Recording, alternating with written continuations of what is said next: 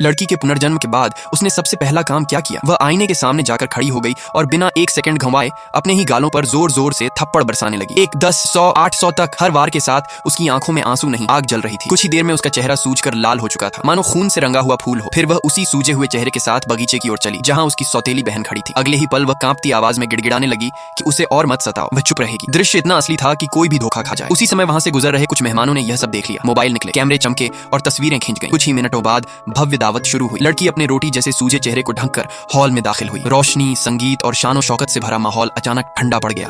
जब मामा की नजर उस पर पड़ी, उन्होंने गुस्से में पूछा कि यह किसने किया? सौतेली बहन ने तुरंत इनकार कर दिया, लेकिन इससे पहले की बात आगे बढ़ती मेहमान खड़े हो गए। उन्होंने कहा कि उन्होंने अपनी आंखों से देखा है और तस्वीरें भी ली हैं, बस यही काफी था। मामा का चेहरा गुस्से से तपने लगा और उन्होंने आदेश दिया कि उसे बाहर निकालकर अच्छी तरह समझाया जाए। बॉडीगार्ड आगे बढ़े और सौतेली बहन के पैरों तले जमीन खिसक गई। उसे अंदाजा भी नहीं था कि जो लड़की अब तक भोली और चुप रहती थी वह इस तरह की चाल चलेगी। लेकिन कहानी की जड़ें कहीं गहरी थीं। लड़कीली परिवार की इकलौती राजकुमारी थी। पिछले जन्म में उसकी मां की मौत के बाद श्याओ शान अपनी नाजायज बेटी को लेकर घर में आ गया। पिता ने खुलकर कुछ नहीं कहा, क्योंकि लड़की के पीछे देश के सबसे बड़े उद्योगपति नाना का सहारा था। फिर प्यार ने सब कुछ बिगाड़ दिया। एक निकम्मे आदमी के लिए, जिसे लोग सॉफ्ट राइस मैन कहते थे, लड़की ने अपने नाना से रिश्ता तोड़ लिया। उसे मनोरंजन जगत में स्टार बनाने के लिए उसने अपना सबसे बड़ा सहारा खो दिया। जैसे ही नाना का संरक्षण गया, उसका अपहरण हो गया। मरते समय उसे सच्चाई पता चली। सौतेली बहन और वही निकम्मा प्रेमी पहले से साथ थे। उस आदमी ने जानबूझकर उसके करीब आकर नाना को भड़काया था ताकि रिश्ता टूट जाए। उसकी मौत के बाद सौतेली बहन ली परिवार की असली वारिस बन जाती, लेकिन किस्मत ने उसे दूसरा मौका दिया। जब उसने आंखें खोली तो वह 2 साल पीछे लौट चुकी थी। वही दिन था नाना का जन्मदिन। पिछले जन्म में उसने इसी दिन सबके सामने नाता तोड़ा था। नाना को दिल का दौरा पड़ा था और कुछ समय बाद उनका निधन हो गया था। इस बार उसने ठान लिया था कि सब कुछ वापस लेगी और पहला वार सौतेली बहन पर होगा। इसलिए शुरुआत में उसने मासूम बनकर अभिनय किया था। जब